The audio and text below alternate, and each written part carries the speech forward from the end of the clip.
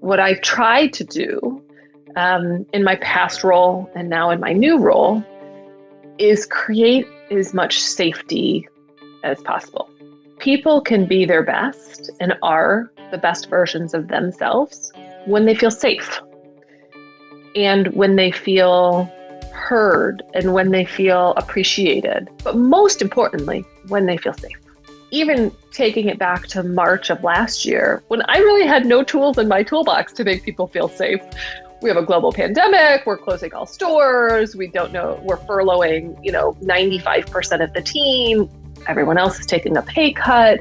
And so the short-term implications of what happened to the business over the last year and a half were super, super meaningful.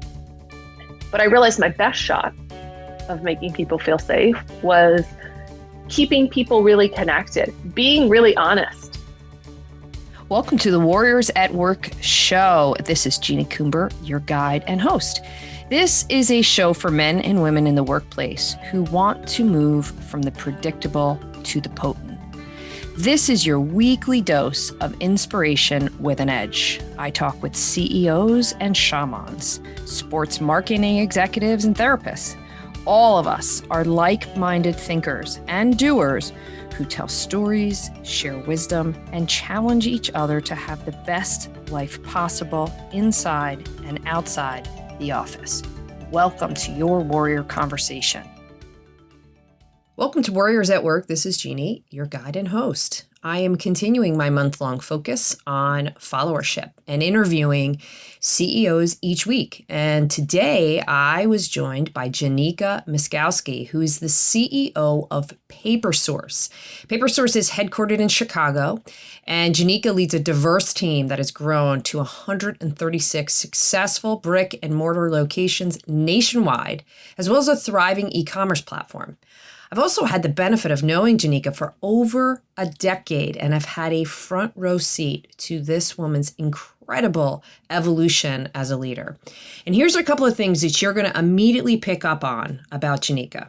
Words like authenticity and transparency are not just words to her. She embodies it, she teaches it, she coaches it, and she has created a culture that really embraces this idea of honest, heartfelt conversations. And we really use that as one of the tenets of our conversation. The other thing that you're going to notice very quickly about Jenica is her capacity to be very heartfelt, very attuned, without losing her ability to be assertive and drive for execution and results. I am so excited to bring to you a conversation with Jenica. Welcome to Warriors at Work. This is Jeanie, and I am back, continuing our month-long focus on the idea of followership. Each week, I have been able to speak with various executives at different intervals in their lives and in their careers, and this is the fourth CEO, Jenica Myszkowski, that I have had the opportunity to speak with. She's the CEO of PaperSource. Jenica, thank you so much for joining me. Thank you for having me. And lucky me, Jenica is a returning guest. So we had a really fruitful conversation earlier in COVID, but I have had the benefit of having a front row seat to your career growth and evolution for over a decade. So where I thought we could start to have a little fun with this to set the stage before we really dive into the followership conversation is, being that I know you very, very well and I've seen you in action as a leader, I could answer the question around your strongest attributes and like the most effective version of Jenica. But I would love for you to describe what you think your strongest attributes are and how do you know? I would say first and foremost, Jeanie, my strongest attribute is my authenticity. I have learned how to bring my whole self to work and to my professional relationships, and that it just like naturally, innately builds trust in those that I work with. So I think that is definitely one of my strongest attributes. How do I know that? I would say based on the comfort level that the people I work with feel with me, and the level of vulnerability that they're willing to have with me, whether that's my peers, my leaders, the people that work with me or for me. I bring out, I think my authenticity allows their vulnerability to show up. Mm. I also think I'm a champion of others. I realize that my success is really only about the success of the people that work with me and for me. And so at the end of the day, if they are all winning, love what they do, confident about how they're contributing, and excited about what they're working on, I feel success. So I think just being a champion of people and always being willing to see the best in others is something else I feel like is a strong attribute of mine. So I always assume best of intent.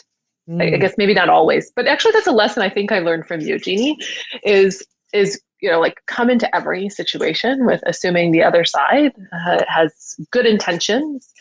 And that has served me so well in my career, because when I walk into a conversation and I assume good and I assume the best, I show up different.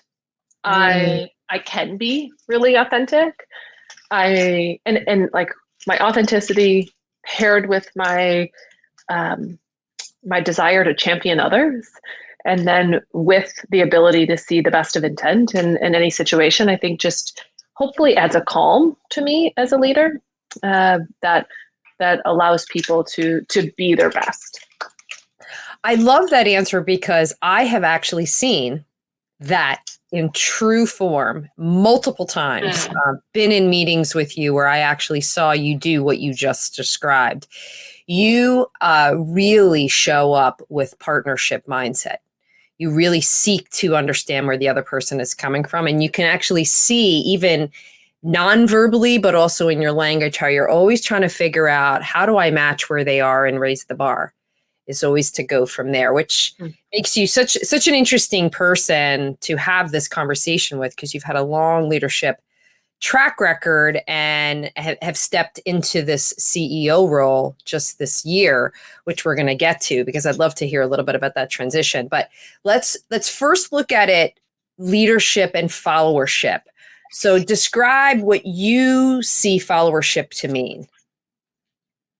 Followership to me means, setting a goal of vision and inspiration, and having those that are working with you, like, glom on, get excited, like focus energy and attention and move. And, I think to have followership, you have to have like a tremendous amount of trust with others. And so as I think about, my attributes and what makes me successful and why I think I have followership, I have that trust with my team and with people I work with across, laterally as well. And so to me, it means, willingness and commitment to trust the vision, but not without kind of courage to test the vision,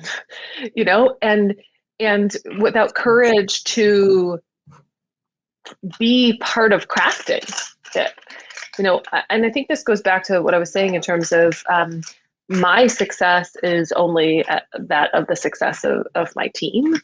I am the sum of a bunch of others' great ideas.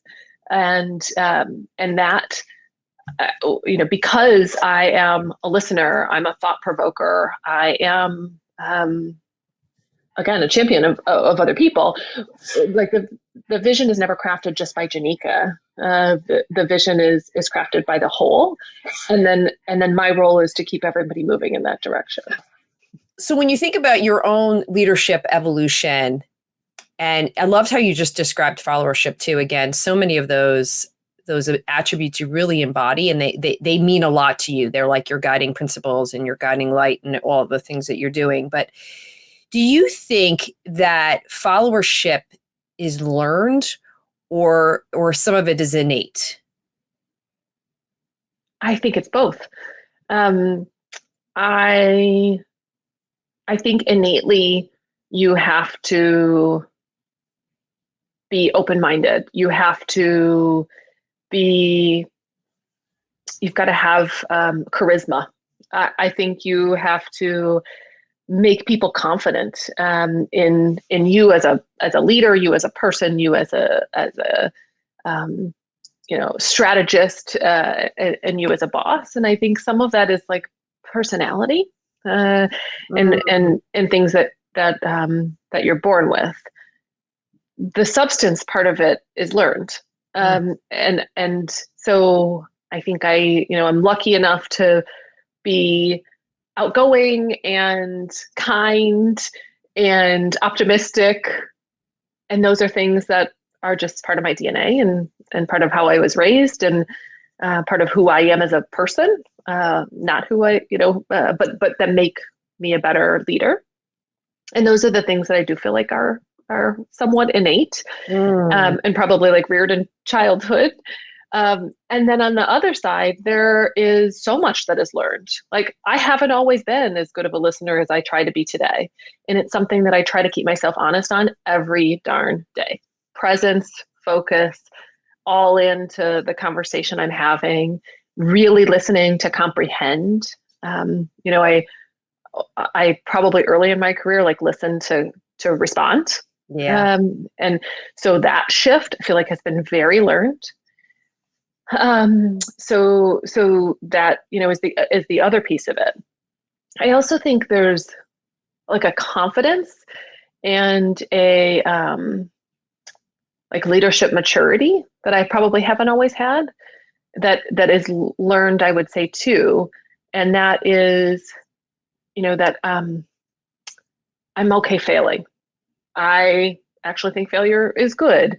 I encourage it. When I fail now, I don't, let it get me down. I move fast to pick myself back up and think about, whoa, that didn't go so well, or how could I have done that differently? And so I'm like reflective. And I think that comes with a lot of time leading people. But I also would say that that's learned. I'm not I don't know that that's innate. My ability to reflect and really zoom out. How did I just do there?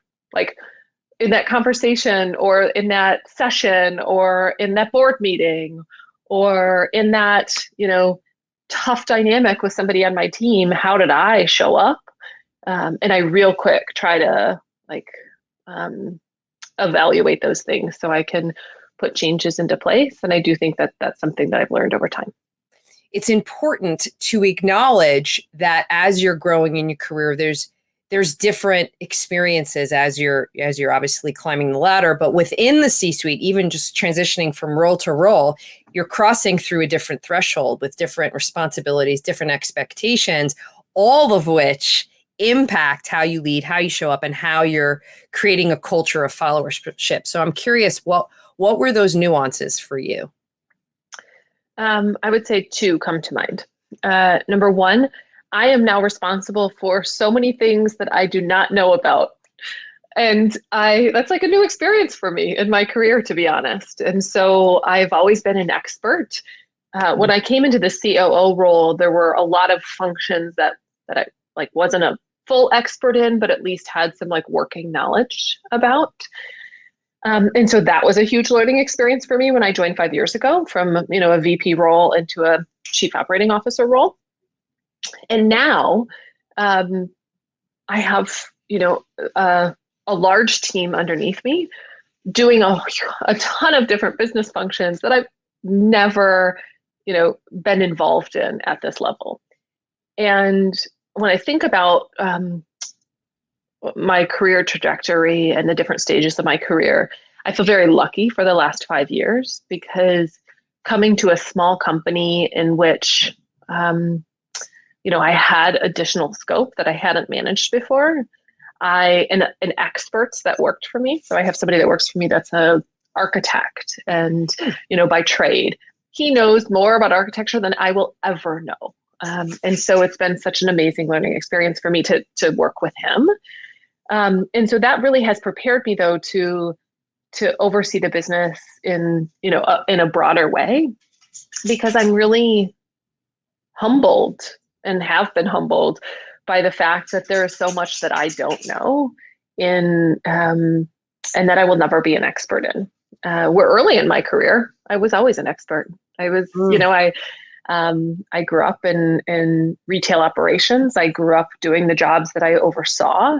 And so I had so much content and context to bring to the table. I don't have a lot of content to bring to the table. I can share context. I can frame up, a perspective, a point of view, a vision, a goal. But then, the team, the super talented team around me, builds to that versus me recommending how to build to that.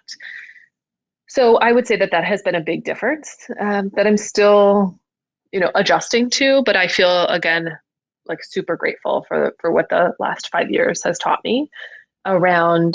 You don't have to be an expert to add value, and you don't have to be and actually when you're not an expert, you perhaps are more valuable to the situation because you can lead people in a different way.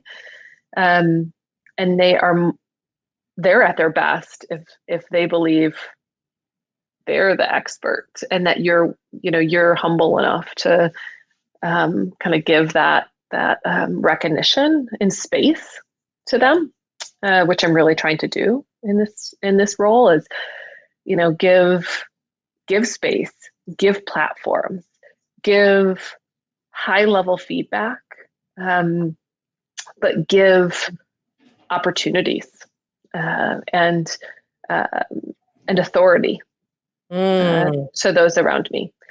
And that has definitely been a growth area within my career. And I'm curious, how do you pull what you just said, particularly the trust and the transparency, those behaviors and ways of being, through the organization so that your leadership team also embodies that and holds themselves accountable back into this people-centric culture that you're championing? Mm-hmm. I would say that I'm very accessible and real with all levels of the organization. So that's part of my leadership style. That is kind of the only way I know how to do things, right, wrong, or indifferent. And I've learned the power of working for bosses, companies, businesses, and boards that appreciate and value that about you. Like, I'm able to accomplish so much more because I have a value system that's aligned to the people I'm working for, and that they appreciate this authentic, real, kind of exposed, like a very open, good listener, Jenica. And so I think a couple of things. Number one, I'm accessible and spend a good amount of time like talking to the organization and offering insights, feedback, asking for insights and feedback. And so like keeping that open dialogue of communication open. And then where I've seen this fail is when, the leaders underneath don't feel like they can be their authentic selves. And that's on me, or that's on the person at the top. And so my belief is if I can make my direct reports feel confident, comfortable, really believe that they can bring their authentic selves to work, that is going to show up all across the organization. And so if they don't feel like they can do that, that's something I'm not enabling. And I take a lot of responsibility for that. So culturally, to me, that's the biggest piece, is really making sure that everyone that is responsible for facilitating culture and managing large teams knows that they can be authentically them, and that they then have, that I'm putting people into place that have a value system that's aligned with like people first. And if those two things are in parallel, culture distillation works. Mm. So talk to me about your observations in the last year and a half. Again, you've been through quite an extraordinary journey, personally, professionally, in the last year and a half. So put your COO/CEO hat on in both of those places and describe for us what the last year and a half has been like for you, for the organization, for your team. What has the last year and a half been like? It has been like a roller coaster of emotions. It has been like working so hard and not feeling like it's good enough. It has been like facing big fears. It has been making really tough decisions that you never want to make. It has been like shifting of our worlds and in our roles and the work that we do. And so like change at a rapid pace. So it's felt super uncomfortable. I think just to sum it up, uncomfortable, sometimes scary, uncertain. And I think what I've tried to do in my past role and now in my new role is create as much safety as possible. People can be their best and are the best versions of themselves when they feel safe and when they feel heard and when they feel appreciated, but most importantly, when they feel safe.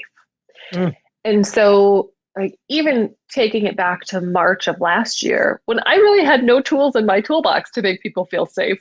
We have a global pandemic, we're closing all stores, we don't know, we're furloughing, 95% of the team, everyone else is taking a pay cut.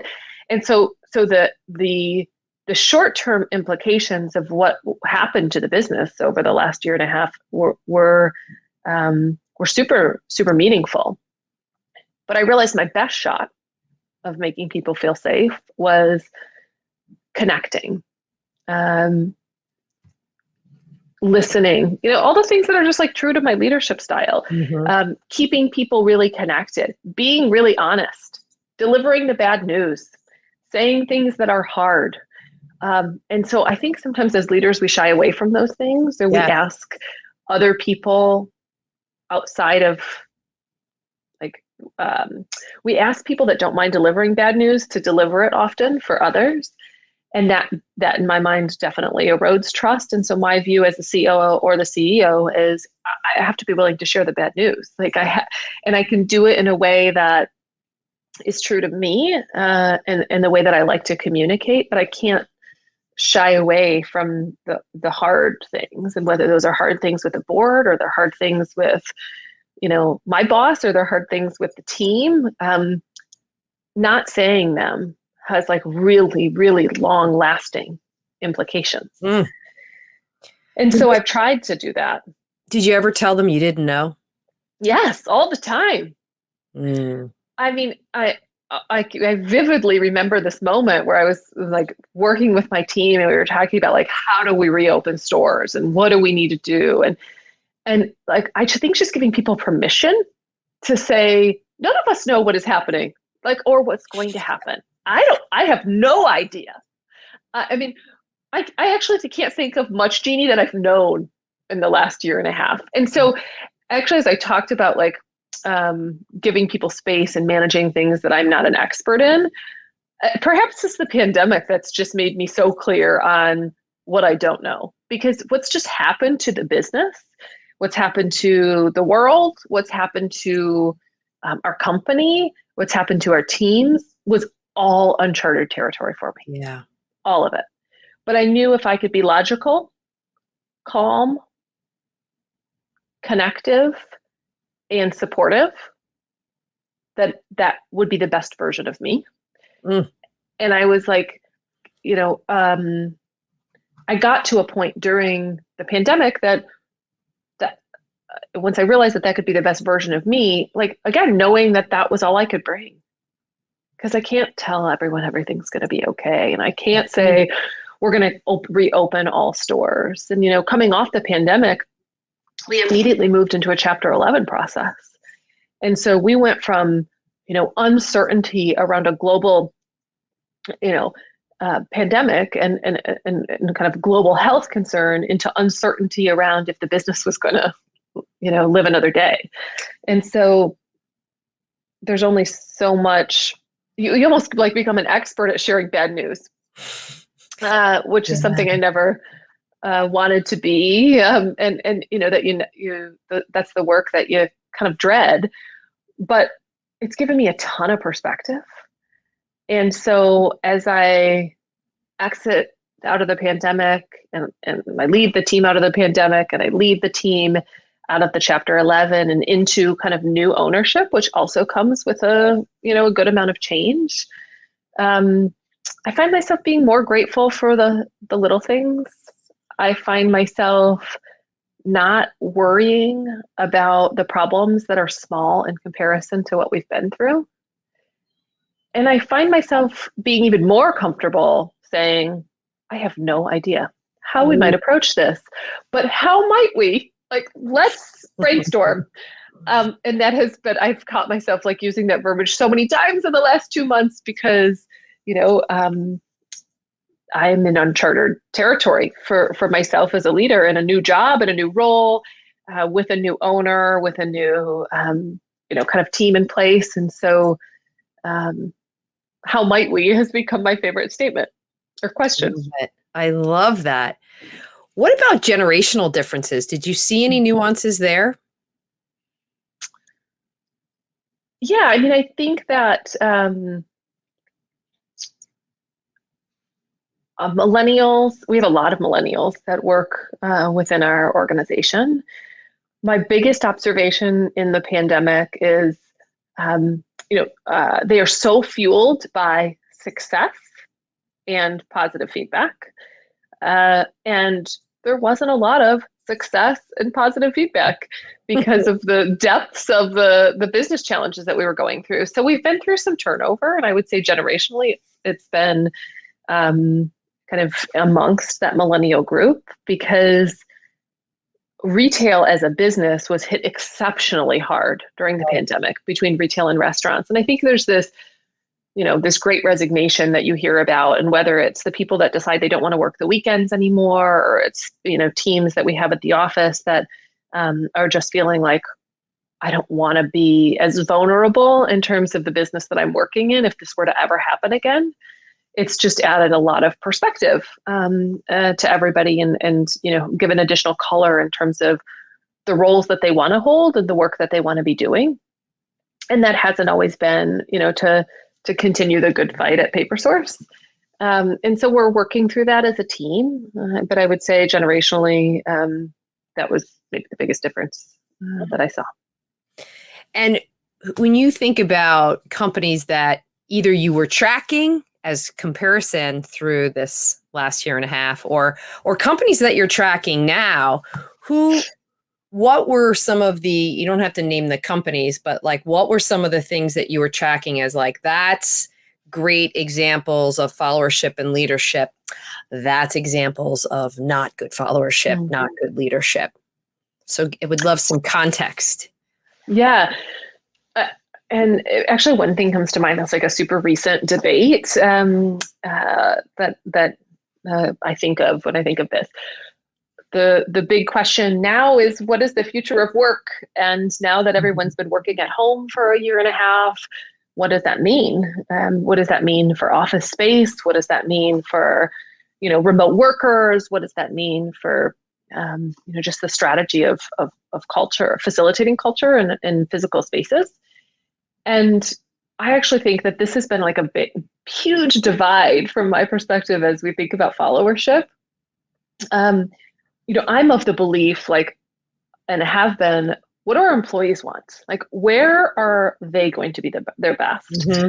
How can I get the best out of each of them? How can I make sure that they continue to love PaperSource, that they love what they're doing, they feel great about their contribution, and they're excited to stay here with all of us.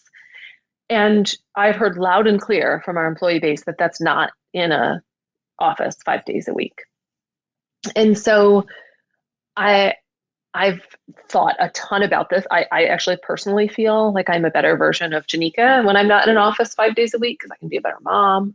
I can be a better, wife. I can be a better friend and a better daughter when I've got more time to pick up the phone and take a walk, or, get my kids at school, because I've got a 15-minute break in my calendar. And so I want to be able to give that to others too, if they believe they can be the best version of them in a different arrangement. And so I've seen that as a really big divide when it comes to CEO decision making around instituting like a 5-day-a-week return to the office, which some companies have come out and said, yes, we don't believe we get the same productivity at home. And there's like part of me that dies inside every time I hear that for the employees of those organizations, because I feel so grateful, and I feel a tremendous amount of pride in terms of the teams that I've been leading for the last year and a half, and how much they've accomplished, how much they've done, how much they've contributed in a different environment that they didn't expect to be working in. And so I'm very much on the flexible side, which is I'm going to be as flexible as I can be until something proves to me that I can't, because I expect the best, because I trust people, because I want everyone to be their best selves. And so I just, I bring up that kind of current topic that's very much out there in the industry, because I do think when you think about followership, your role as a CEO is to make great decisions on behalf of your customers and of your employees. And really make great decisions on behalf of your employees, because when you make great decisions on behalf of your team, that serves your customer. And I think this is an issue that I've chosen to do just that. And I recognize and respect so much the leaders of really big companies that are saying the same. And last question, who are you following and why? Who am I following? I have a few old mentors from my life. You probably know all of them, that I have taken, our relationship has entered a new zone of, kind of parallel. And I have been so grateful for their guidance, for their insight. And now not as a but not as a, how do I move ahead, or what could I have done differently here? Because in many cases it was very tactical in terms of the mentorship and the feedback.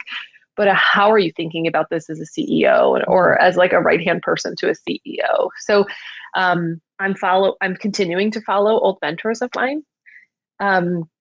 I follow people, Jeannie, that work for me.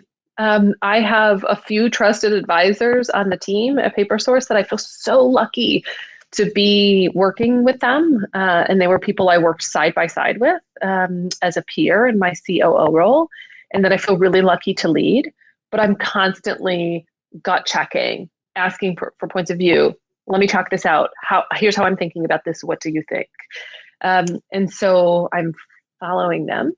You know what I love about that is, the other thing about followership is your peers are just as important as the teams that follow you, because they can really influence how you're leading, what's working, what's not, what are the key things that maybe you can't see around the bend that they can see. They also could be very influential in your own ascension and path, whatever you choose to take. And I love that you incorporated that into our final question, because I think that is a really important underline. Followership isn't necessarily the teams that are following you. It's really 360. What's happening around you? And I think you've given a tremendous amount of context and examples in this conversation that was just so illuminating.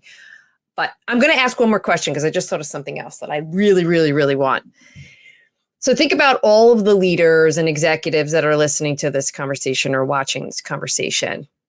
Sum up a couple of key things that you think is really important that they hear from this conversation? Be yourself, listen intently, and let others guide you, even when you're the boss. Walk into every situation assuming the person on the other side has the best of intent. Don't delegate the hard things. Oh, I love that. So, Jenica, thank you. As always, just continuing to share your soul, your heart, all of your incredible experiences. The world is lucky to have Jenica as a CEO. Thank you, Jeannie. Thank you for joining me for another episode of the Warriors at Work show. If you are interested in learning more about what we do at the Warriors at Work show and platform, be sure to go over to my website, Jeanie Coomber, and subscribe to my monthly Warrior Playbook newsletter. I share everything that I'm up to month by month, as well as some lessons and insights that I've learned. I'm also interested in hearing any feedback you have about this conversation or future topics. So reach out to me directly on jc@jeaniecoomber.com or on LinkedIn. Be sure to tell your friends and your colleagues about this Warriors at Work conversation. Subscribe, review, and rate us. It's the best way to get this message out into the world. Be well.